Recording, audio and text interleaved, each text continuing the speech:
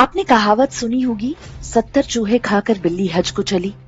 ये कहावत अभिनेत्री नीना गुप्ता पर इन दिनों बिल्कुल फिट बैठ गई है। वही नीना गुप्ता जो एक समय में बहुत बोल्ड भूमिकाओं के लिए जानी जाती थी, अब बुजुर्ग हो गई हैं, लेकिन उनकी बोल्डनेस में कोई कमी नहीं है। नीना गुप्ता ने यूट्यूबर रणबीर इलाहाबादिया को इंटरव्यू में कहा है कि फेमिनिज्म फालतू की बात है, स्त्री और पुरुष बराबर नहीं होते। यदि आप हाउसवाइफ हैं तो खुद को छोटा ना समझें। हाउसवाइफ की भूमिका सबसे महत्वपूर्ण होती है और इसके लिए अपने आत्मसम्मान को कम ना करें। जिस दिन पुरुष प्रेग्नेंट होने लगेंगे तब मैं मान लूंगी कि स्त्री और पुरुष बराबर होते हैं। यहां तक तो फिर भी चल जाएगा, लेकिन नीना गुप्ता ने यह भी कह डाला कि स्त्री को पुरुष की जरूरत अधिक है। उन्होंने बताया कि कुछ साल पहले जब वो सुबह की फ्लाइट पकड़ने जा रही थी तो कोई उनका पीछा करने लगा। वे डर गईं और घर लौट आईं। बाद में अगले दिन उन्होंने अपने किसी पुरुष मित्र से सहायता मांगी। उसने उन्हें एयरपोर्ट तक ड्रॉप कर दिया। नीना गुप्ता की बातों से सहमत या असहमत होने से पहले हमें उनका इतिहास जान लेना चाहिए। ये वही नीना गुप्ता हैं जिनका भारत में बिन ब्याही मां और सिंगल मदर के कॉन्सेप्ट को प्रमोट करने में बड़ा योगदान रहा है। 1989 में उन्होंने एक बेटी को जन्म दिया था। तब बड़े गर्व से उन्होंने बताया था कि बेटी के पिता विवियन रिचर्ड्स हैं, जो कि वेस्टइंडीज के क्रिकेटर थे। वामपंथी फेमिनिस्ट आज जिस सिंगल मदरहुड और माई बॉडी माई चॉइस जैसे विचारों को प्रमोट करने में जुटी हैं, उसकी पोस्टर गर्ल नीना गुप्ता ही थी। तो नीना गुप्ता को क्या हो गया है? उन्हें अचानक से ये बात कैसे समझ में आई कि अब तक वो जो कर रही थीं वो गलत था?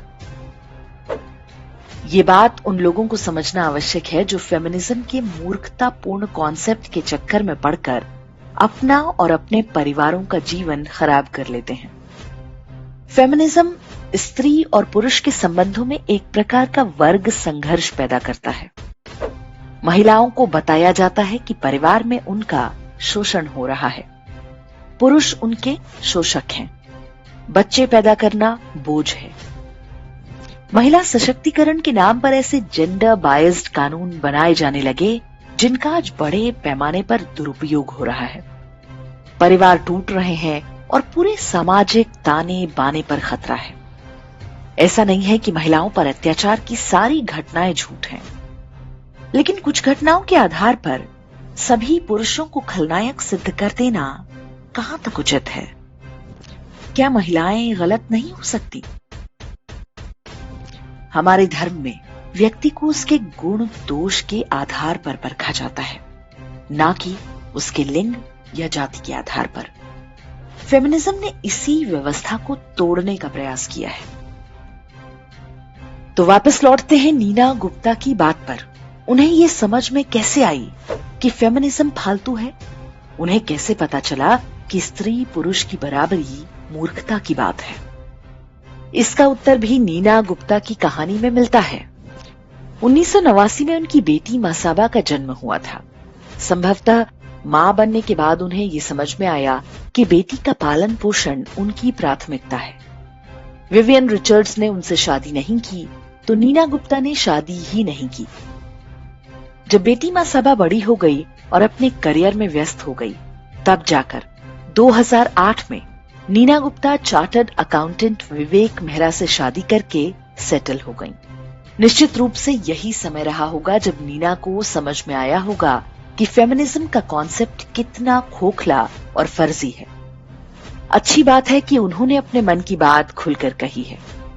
ये उन महिलाओं के लिए सबक होना चाहिए जो आजकल की फिल्मों और विज्ञापनों के झांसे में फंस जाती हैं। नीना गुप्ता की बातें सुनकर एक्ट्रेस सोनाली कुलकर्णी की बातें याद आ रही हैं। कुछ दिन पहले उन्होंने इसी बात को कुछ अलग तरीके से कहा था। एक बार सुनते हैं कि सोनाली कुलकर्णी ने क्या कहा था।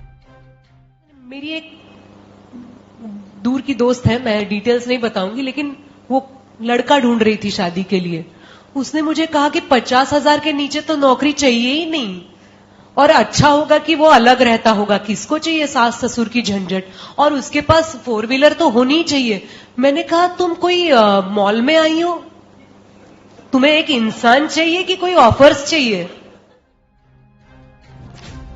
अच्छी बात है कि फिल्म इंडस्ट्री की महिलाएं ही खुलकर सामने आएं और बोलें कि जो स्क्रीन पर काल्पनिक जीवन बेचा जा रहा है वो सत्य नहीं है।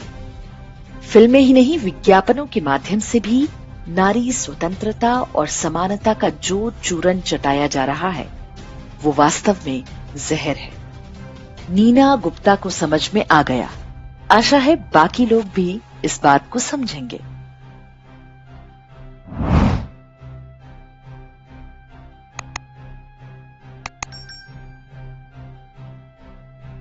इंडेक्स ऑनलाइन के वीडियो समाज को समर्पित हैं।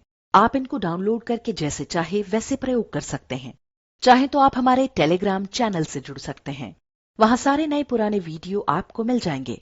हमारे सोशल मीडिया लिंक हर वीडियो के डिस्क्रिप्शन में होते हैं। हमारा एकमात्र उद्देश्य हिंदू समाज को जागृत और एकजुट करना है। इसमें सहभागी बने। धन्यवाद।